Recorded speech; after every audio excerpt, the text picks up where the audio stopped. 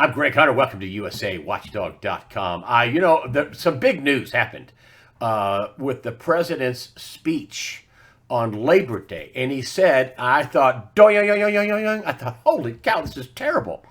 80 million mail-in ballots have been mailed out. This has never happened before in history. I thought, who could talk about the whole political realm, keeping the COVID thing open, all that stuff going on with the governor in Oregon and keeping this on, and Mark Zuckerberg talking about, hey, it's normal to take weeks to get the election. That'd be Gerald Celente. Gerald Celente, the publisher of the Trends Journal. He's got deep political chops, worked as a high-ranking political operative in the New York State legislature, the original swamp, and but he also does the Trends Journal, publisher of the Trends Journal, and he does political and economic forecasting, and he's good at it. So, Gerald Celente, thanks for joining us today on USAWatchdog.com. Oh, it's always my pleasure to be on USA Watchdog, and I thank you for all that you do, all the wonderful guests that you bring on, giving different perspectives than the garbage that the prostitutes keep putting out there that people keep swallowing. So thank you for what you're doing, because at this time it's very important for people to have, a real open mind to really what's going on. Well, let's peg this on the president's Labor Day speech. When he blurted that out, there have been 80 million mail-in ballots sent out, I guess mostly by Democrats. So they're cheating on a scale that is never seen in the history of America. And what's going on with this? Well, the whole thing, it's up, it's everybody trying to beat anybody else in any way they could do it. Let's put this into perspective too. I mean, go back to, the Kennedy-Nixon race. Now, didn't something happen over there in Illinois with Mayor Daley and the vote count in that state? And then, of course, there were the hanging chads back in 2000 with Al Gore and George Bush. So this is just another round of what the politicians will do in any way they can do it to win. And there's nothing really new about it other than we got a new game in town. And this may postpone knowing who won the election for many weeks. I mean, here we are in the 21st century, and you have a stupid problem like this. What, are you kidding me? So they're making this stuff up and doing things to make it more difficult for Trump to win. There's no question about it. Is it? Do you think it's? I had Paul Craig Robertson. I know you're friends with him. He's a brilliant guy. I mean, really brilliant. Whenever I introduce him, I never just leave out so much stuff. His resume is just like doing. It's just huge. It's embarrassing. But anyway, former Assistant Treasury Secretary. Award-winning journalist. I mean, many other things. But he said he's just quietly, confidently said, looks like to me the Democrats know they've already lost and they have to cheat. Is it going to work? Do you think they know they've already lost? Do you think the internal polling shows that they're going to get creamed? Yeah, because the issue is going to be about who closed down the economy the quickest. And you mentioned what's going on in Oregon, that Witless Whitmer up there in Michigan. She just closed down parts of Michigan different ways again, another more emergency rules. In New York City over here, the restaurants still aren't open. People are going bankrupt all over the place. That's going to be a big issue. And Trump is going to say that under Biden, he already said that, quote, well, not exact quote, but Biden said, if the scientists tell me to lock down the economy, I'll do it. That's pretty close. Yeah. And the other one is the China card. And Trump also played that card in the last couple of days. And that it was under the Biden-Clinton mafia that they stole our jobs for the big corporations and let them go to first Mexico and then China. And of course, I know Dr. Roberts talked about this as well. You look at China's gross domestic product from 1970 to 2001 when they went into the World Trade Organization and shot up. It happened under Clinton, and then Bush formalized it in 2001. By the way, you know when they got in? Yeah. 2 weeks, how ironic. 2 weeks after 9/11. We're almost there again. 2 weeks after 9/11, China went to the World Trade Organization, and nobody knew anything about it. Back then, some 5% of China's population was considered middle class. Today, over 35%, as America's middle class sinks. So he's going to use that against Biden, too. So Biden, everybody knows this, that the election is really going to be determined by the swing states. And with the swing states, you have violence going on and unemployment going up. And that's a positive for Trump and a negative for Biden. So, yes, they know that the Democrats know that they're in deep trouble. Is this, so this voting thing, and this is what your friend Robert says too, Paul Craig Roberts, he's Dr. Roberts. He says, they're just going to try to steal it. And my question to you is that he says they're going to try to steal it. You agree. But is it going to work? I mean, 20% of mail-in votes are usually voided. I mean, that's just in general. They had a big conference, a big bipartisan commission with Baker and Carter, James A. Baker and Jimmy Carter, and they all came up with the same result, which was that mail-in voting was a platform for, wait for it, fraud and coercion. That was so mail-in voting is full of fraud and coercion was their words. Is this big 80 million ballots and this giant mail-in voting cheat by mail scam, is it going to work in your estimation? It may, but does that mean Trump will accept it? And I would say no. What people don't realize, being a New Yorker and Trump being a New Yorker, it's a different attitude. You have these other guys like a Dukakis or a Humphrey or all these other little boys, Mitt Romney, Mittens Romney. You hit these guys, they go down. Trump doesn't go down. People don't understand that. And Biden's not the kind of fighter Trump is. Trump isn't going to say, well, like little Al Gore, a little daddy's boy, by the way, like a lot of these little clowns, a daddy's boy born on third base would be nobody if his daddy wasn't Senator Gore. After the BS that happened in Florida with the hanging chads, matter of fact, I have a bag of hanging chads right here. I could sell you cheap. But anyway, what did he do? Well, that's what happened, and so I give in. And by the way, Bill Clinton, when all that was going on, he left the country when all that was going on. I was writing about it back then. You know where he went? The draft dodger went to visit Vietnam. You can't make this stuff up. So he wasn't there supporting Gore, and there was a reason for it. But anyway, Gore didn't fight. Trump is a fighter. He's not going to go down, and he'll use the power of the presidency to extend this thing as much as he can, proving fraud and not leaving because of that. There's another scenario too that could happen, and see, I think a recent poll came out, and 44% of black voters are voting for Trump. I think I saw that. I mean, quadruple the amount that voted for him in the last election. It's unbelievable. It's millions of people, and then also there's the Democrats. All of them aren't that stupid. They got to be looking at this, going, "Oh, I'm not voting for this." So, I mean, could we have an election day blowout like we've never seen? No, the Democrats are that stupid. The people that believe in Biden, they ignore that he's a warmonger. There's not a war that low-life, murderous piece of crap didn't support. And I launched Occupy Peace, so I'm against this. And you look at I'm totally against what Trump did with Venezuela and Iran. But compared to what he did and what Obama did with wars that never ended during his administration, more wars going on than any other president, and all the other ones before him, Bush and Clinton and Biden supported everything. No, the Democrats swallow the crap and they forget about that. So they're going to keep supporting him. Trump is going to win the black vote in certain ways by pointing out that Biden and Kamala Harris are really anti-black. When it's three strikes, you're out with Trump under the Clinton administration.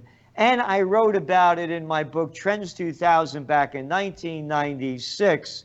the prison industrial complex Yeah. brought to you by the Clinton administration. Yes. They needed bodies to fill the cells. Yes. You got it. And it went to private corporations. Because any moron, any imbecile with a brain bigger than a pea, which the Democrats don't have, what do you think they paid Bill Clinton $300,000 an hour to shoot his mouth off at a conference for?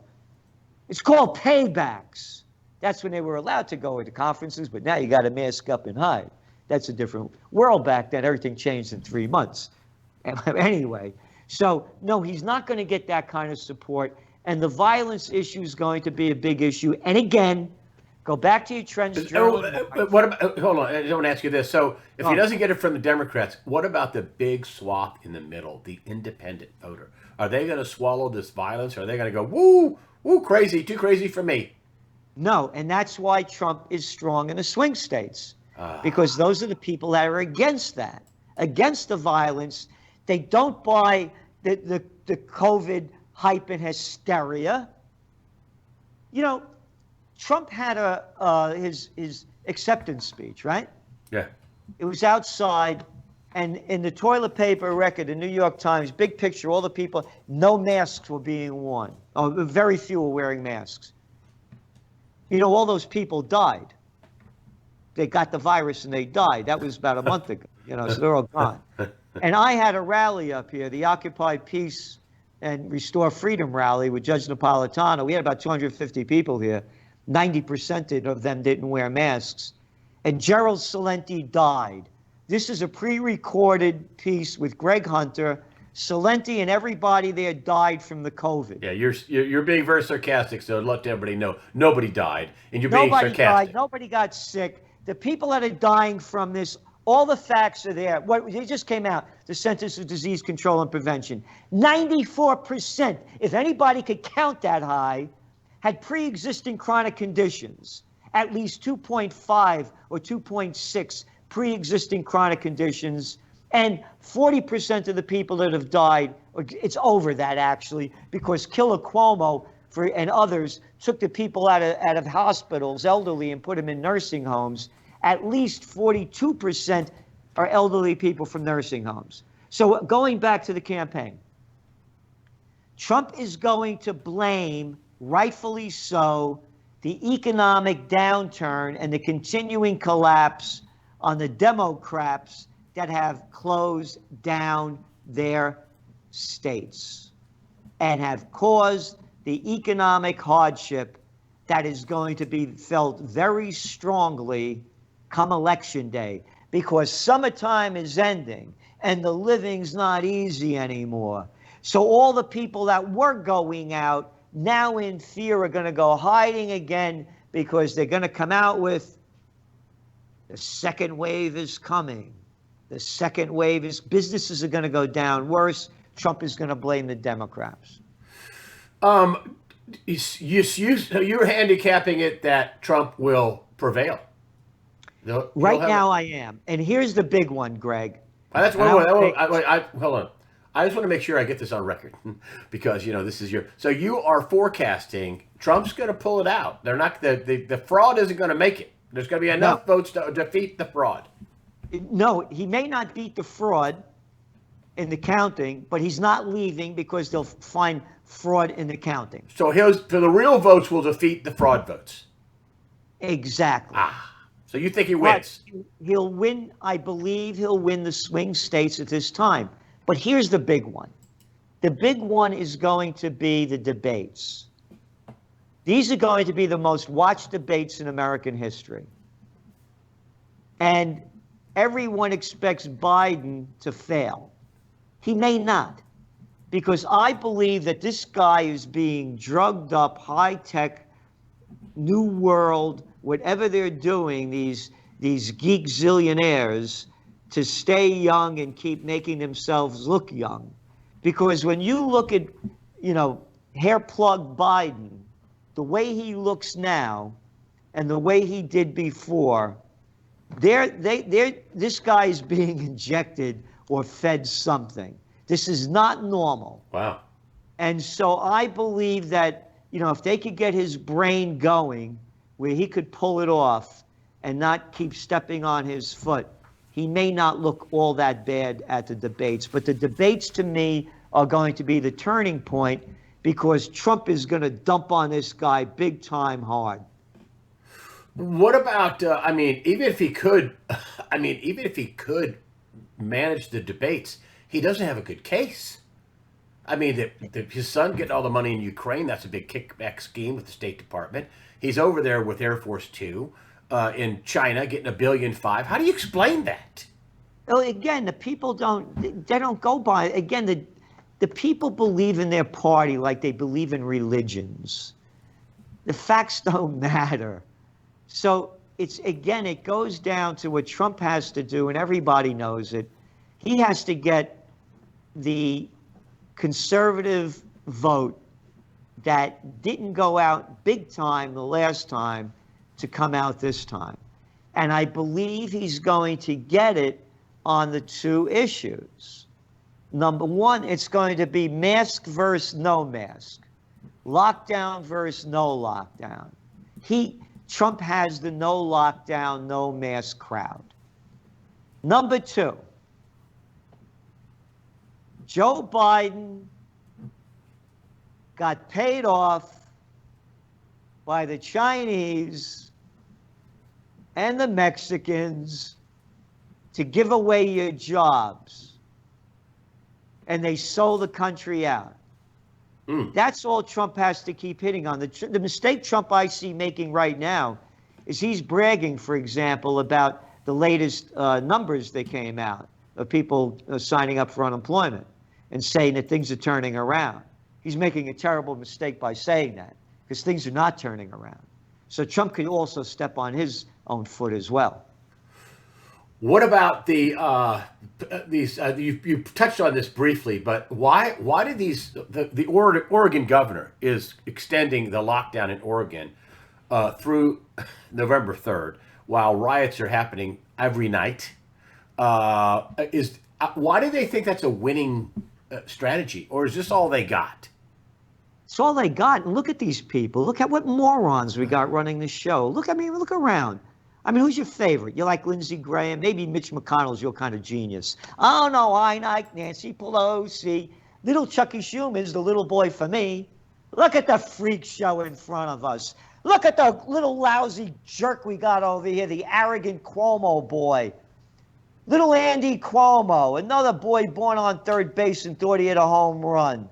Look how he's destroyed this economy. He'd be a nobody if Daddy wasn't Mario. You got one little jerk after another running and destroying the countries, nations, the states. And it's global. Take a trip to Australia. Moron Morrison and that little premier over there, that little boy Andrews that just locked down Melbourne again, the state of Victoria. I mean, look at the jerks you got running the show. New Zealand. They haven't had a death since May. And they locked down Auckland again recently. So you got political freaks. Look up the definition of a politician. Google it up. Someone that runs a political office, a person that's manipulative and devious, typically to gain advancement within an organization. You got it. It's Hitler, it's Stalin, it's Mussolini, it's the moron from Oregon, King Cuomo, and on and on. What do you think? And I'm getting granular here, but I find this to be very interesting because it does involve a really important key seat in the House of Representatives. And there's a black former Navy veteran going after Nancy Pelosi's seat. And I think she's worried. I think you had some meddling with some of the other people. I think Tapper was involved in this, he's a Republican, black guy, smart, handsome, has a completely opposite message of Pelosi. I think she feels threatened by this guy. What do you suppose are the chances of her being knocked out of the box by a newbie? Oh, she could get knocked out easily. Again, there's another person born on third base and thought she had a home run. She'd be nobody if Daddy wasn't the mayor of Baltimore at the height of it and tied into the club big time. There's even pictures of them with the Kennedys. Jack Kennedy. And no, so I mean, she's an arrogant nothing again. There was only there. It's one big club, and we ain't in it, as George Carlin said. Capisce? That's all it is. So you think it's a murderous big club. You think she could get knocked out of the box? And I guess Yes, absolutely. her beauty thing wasn't, I mean, it's the rules for the end, not for me, is what it is. But given her race, that was an important blunder, wasn't it? Oh, big time, big time.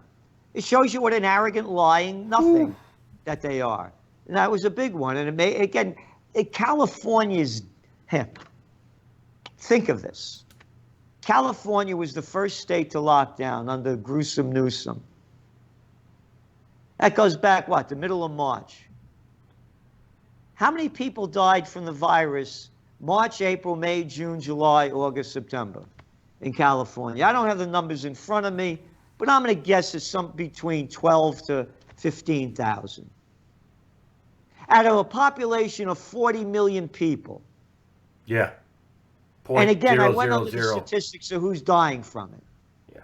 And you destroy the whole state and all the businesses supporting it, and on and on and on throughout the country. Hollywood, oh yeah, from the days of, Clark Gable and Cary Grant to now homeless, littering all over the streets. They're brilliant. You think Newsom gives a damn if everybody else is out of work? These little millionaire boys and girls, they don't care. They're power-hungry freaks. They're power-hungry freaks. You think they know they've blown it, though? I mean, the backlash, at least with some Democrats, African Americans, and the middle, the 30 or 40% of the independent voters, you think that their internal polling is showing they're in big trouble? Yes. Wow. Yes. Look, these people, they run scared all the time. They run scared all the time. They got Goofy running for president. I mean, the guy, everybody, you can't make it up. And again, it just depends on the swing states.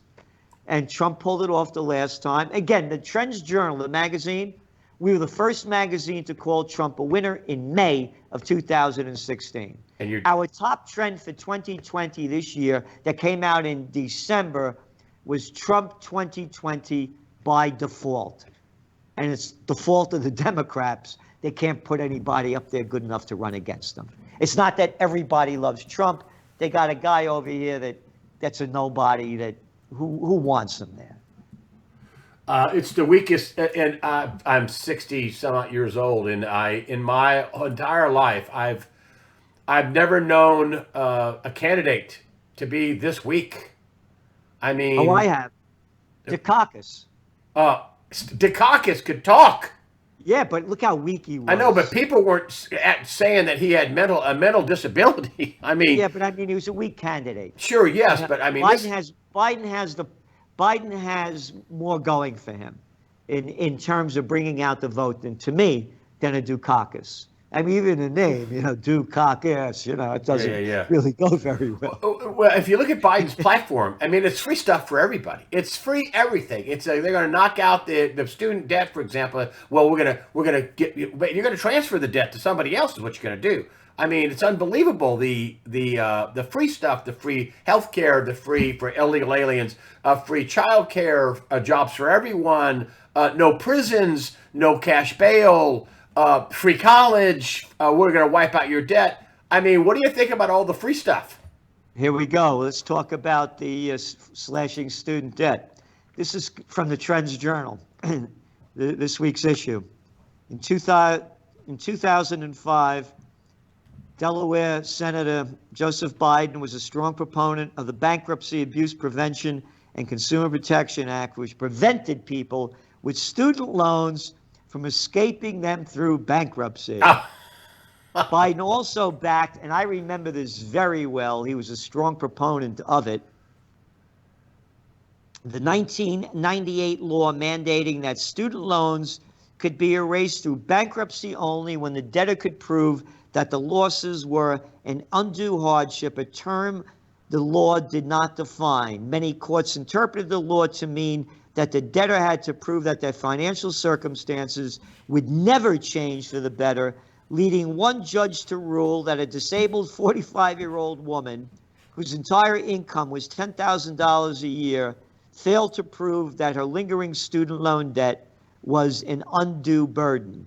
As chair of the Senate's Judiciary Committee, which screens proposed laws regulating the financial industry, Biden helped make it more difficult for American borrowers to claim bankruptcy. And it goes on. So you couldn't get rid of your debt, basically, in bankruptcy. That's Biden was the architect for student debt, saying you cannot discharge that in bankruptcy. That's right. And no matter how bad it gets, we're going to say it's never that bad. You got to pay it off the rest of your life. And now they're talking about slashing student debt. And by the way, you heard this first. The people on USA Watchdog heard what I just said first. No one else has come up with this, and this is in this week's Trends Journal. So the economy. I just wanted to get in, and when you said this, you kind of laughed and said that's old news, but still, there's a story in Zero Hedge. Let me get in here with you. There's a story in Zero Hedge, and it basically, I just read you the line because I want you to talk about the economy because, they were applauding 881 only people applying for first-time benefits last week. 59 million, nearly 59 people in 24 weeks have applied for unemployment. Woo! It just sounds bad to me. But there is no recovery. It's on Zero Hedge. This is from a company out of a business company, GNS Economics. So let's give them proper credit here. But I'll read. There is no recovery, it says, the headline. If business cycle is artificially extended through monetary stimulation, leading to excess financial speculation, we are now experiencing the risk of catastrophic economic collapse is greatly increased. Are we on the edge of some big precipice, either at the end of this year or the beginning of next year, that might just drop off a cliff here? Economically? They must subscribe to the Trends Journal because that was our news at the end of March. And what people don't understand is that the economy was slowing down before this. Go back to 2019. Japan, Mexico, going into recession. Germany, negative GDP growth. Going into the last quarter, they had just flat growth. They were moving toward recession. India had fired over 1 million auto workers in 2019 because car sales were plummeting so badly. There were riots in the streets going on around the world. It was one of our top trends as well. The New World Disorder. People protesting around the world, from Chile to Colombia, Peru, Bolivia, South Africa, Lebanon, Mali, Algeria, India, France, one place after another, people taking to the streets, protesting against lack of basic living standards, crime, government corruption. Now that's multiplied many, many times over. What they're talking about with dumping in all this cheap money, this digital trash backed by nothing and printed on nothing, it's not only the United States, it's worldwide. As much as they can, they're dumping money in to artificially boost the markets and give people enough money to keep them off the streets. Because when people lose everything and have nothing left to lose, they lose it. And you're seeing them lose it. So yes, this big bubble that they keep feeding and feeding is about to burst. Look what's going on with the equity markets. This thing was going down before that. Go back to September 2019, when the Federal Reserve dumped in over $7 trillion into the repo markets. The gambler houses could borrow money overnight to gamble the next day. $7 trillion. Then what happens?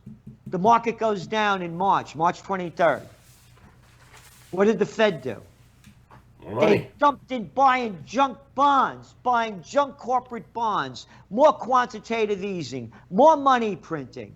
This is one big scam. The only people that are making it, again, the facts are there, the 1%. The trillionaires, the billionaires got another trillion among what, 12 of them in the last couple of weeks. The markets are artificially pumped up with this cheap money.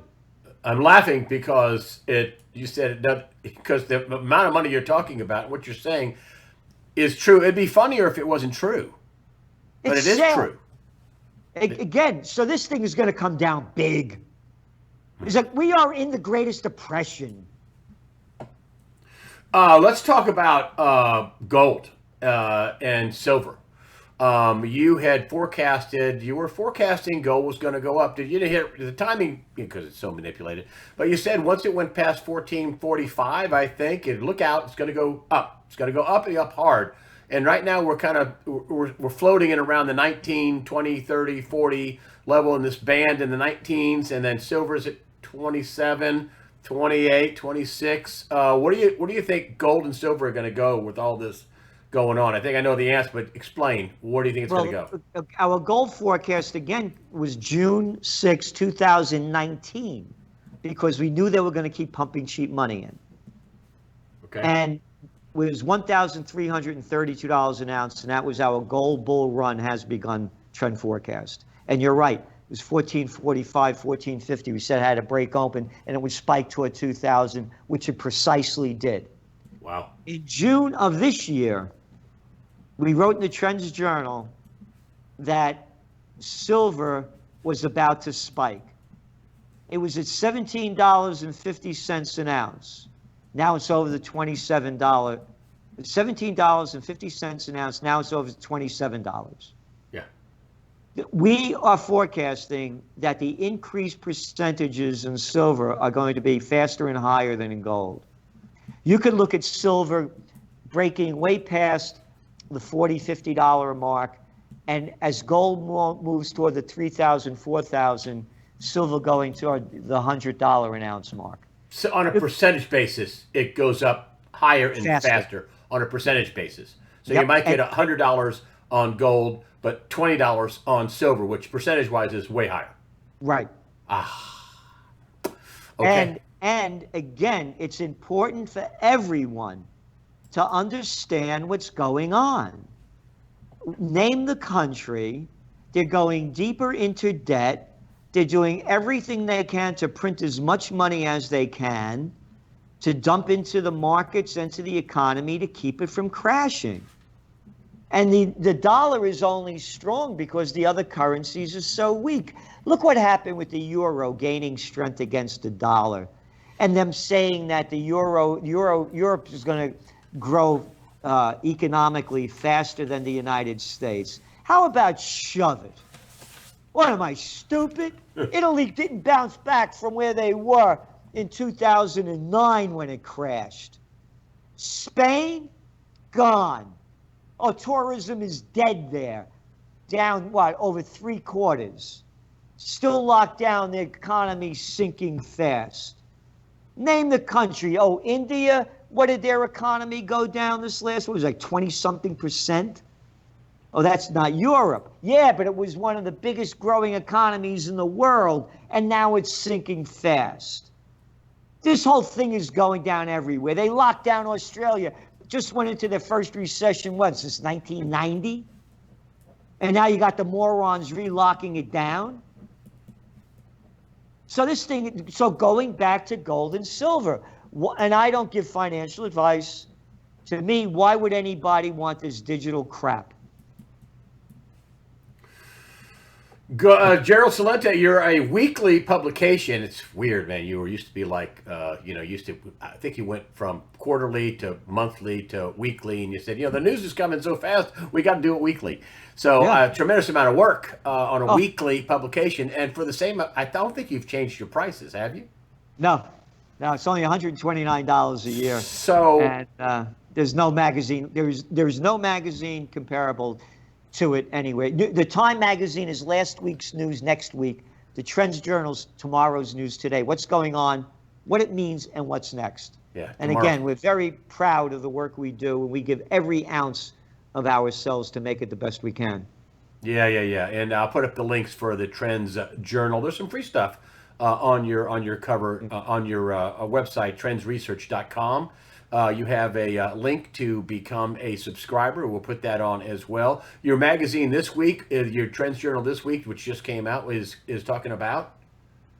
Oh, it's going to be about. Oh, it's not out yet. Okay. No, it's going out. It's going out tomorrow. Ah, good. And what is it?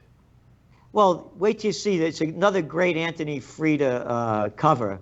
They're New Yorker covers for the 21st century, and it's a person with toilet paper eyeballs and a mask and a COVID look. Okay. Fear. And what it's about is how the markets are going to unravel quickly. October is going to be the month to watch. Who's going to win, we believe, the presidential race, and also the COVID scam, and how they're making this stuff up and destroying and sucking the liberty, love, joy, and beauty from our lives. This is unprecedented. And I want to make this very clear, Greg, and I know that you do the same as I do. We fight for freedom. We speak out for what the truth is, not for what our wants and desires are. And if people don't start fighting for freedom now, we're going to be living hell on earth, because these dictators have destroyed our freedom, making up these rules and regulations in violation of the Bill of Rights and Constitution around the world. It's not only here. So people better stand up and fight, because if we don't, it's going to be, again, living hell on earth, because they've sucked the joy and beauty and love and freedom right out of life. Gerald Celente, the publisher of the Trends Journal. It's a weekly publication. The links will be in the after the interview section. So for you folks on YouTube, just go to usawatchdog.com. You can link back to it. Go down there. You can look at the subscription page. There's free stuff on the Trends Journal. Gerald Celente, thank you. What an entertaining and informative interview. Gerald Celente, thank you for joining us today on usawatchdog.com. And thank you for having me on. And again, thank you for all that you do.